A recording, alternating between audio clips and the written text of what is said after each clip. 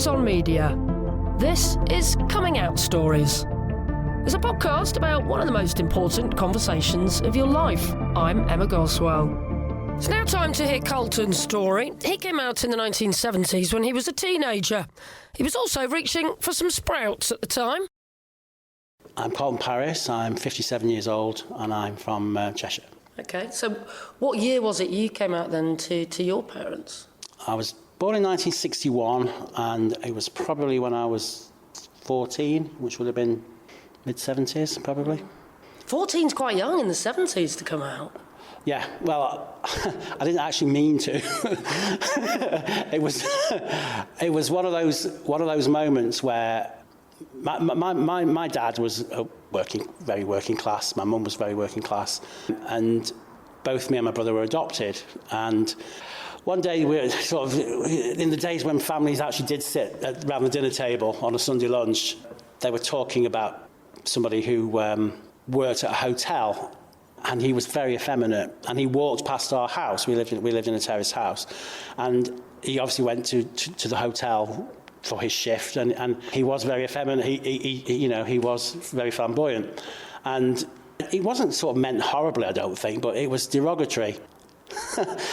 And for some inexplicable reason, I'll never know why, I just said, "Pass me the sprouts. Where's the gravy? I'm a homosexual." You make it sound quite funny. Well, Get a laugh? No, he didn't. It got things clattering to the tape, you know. And then it was usual. Don't be ridiculous, you know. It's not about you. We weren't talking about you. And then I had to sort of back it up and said, no, you know, I am. And then sort of a couple of hard years with my dad, who. He loved me. He loved me. There was no question about that. But it was a distant kind of love. And they never really came to terms with it. Truthfully, it was one of those things. It was kind of don't mention the war. It was one of those things where people didn't talk about it. Then the usual thing, oh, you haven't met the right girl. When you meet the right girl, I'm sure it's just a phase. People go through these phases apparently because obviously, you know, suddenly they were experts on things they'd read on at the doctor's surgery.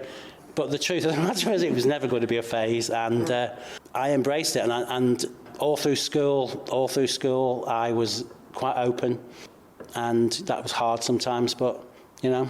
From the age of 14? 14. In the 1970s, that is quite unusual. Yeah, I think there was three obvious gay guys at my school. And we didn't even like each other, just have to throw that out. So you didn't get any nookie? No, not there. But yeah, I was kind of out and obvious and camp, slightly flamboyant, and I didn't care. I've had a few knocks, I've had a few fights, I've had a few bad moments, as I think anybody growing up in the 70s kind of coming out had.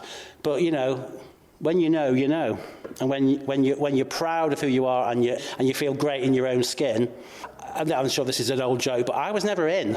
Once I came out, I was never in. I was never going back in. I didn't lie to employers. I worked at a pie factory once with all women who kind of my initiation was to strip me off and put me in one of the big mixing bowls.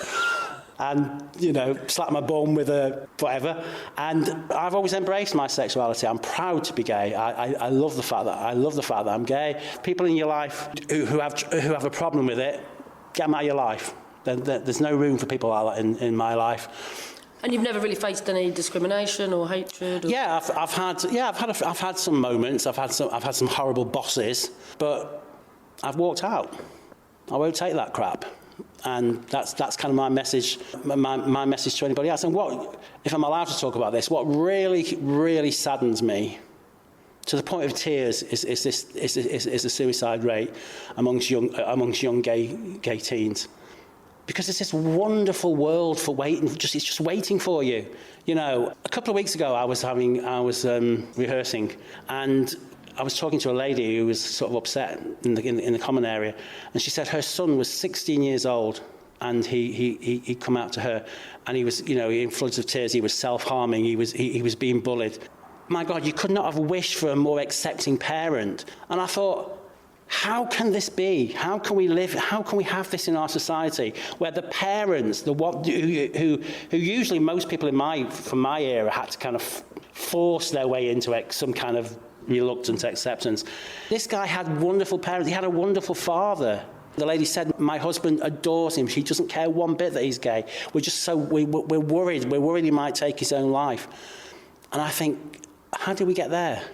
How did we get there in 2008 where that's an option? I don't know. I'm just glad I don't live through those times. Well, modern times. Yeah, through modern times, because I think it's worse. I genuinely think it's worse. I think suddenly all these freedoms have come, and they've all been hard fought. They've all been fought tooth and nail, blood and bruises. And yet suddenly we have a situation where somebody can destroy your life on social media or make you feel worthless when you're amazing. If you're 16 out there, you're amazing. You know, go and live your life, do great things. So you could say there's no more important time to be telling coming out stories and telling positive stories for people to listen to. Absolutely. If anybody who's of the younger generation hears my story in any way, shape or form, just tough it out. Tough it out, because these people that you are so obsessed about or worried about now, they'll be nothing in 10 years. There'll be some blip on your memory that meant nothing. These so-called mean girls and these guys they'll nothing. They'll go nowhere. You're probably amazing. You're probably creative. You've probably got an amazing story to tell. So don't worry. Don't let those nobodies win. Sorry. Well said, though. They are nobodies. They are nobodies. Bullies, by definition, step down. The minute you step up, they step down, because they can only go in packs. They're like sheep. They've got no ability to be special, no ability to be unique. Wake up. You know, there's a wonderful, wonderful world out there, and it's brilliant to be gay. Absolutely brilliant to be gay. Big thank you to Carlton for sharing not only his coming out story, but some fighting talk as well.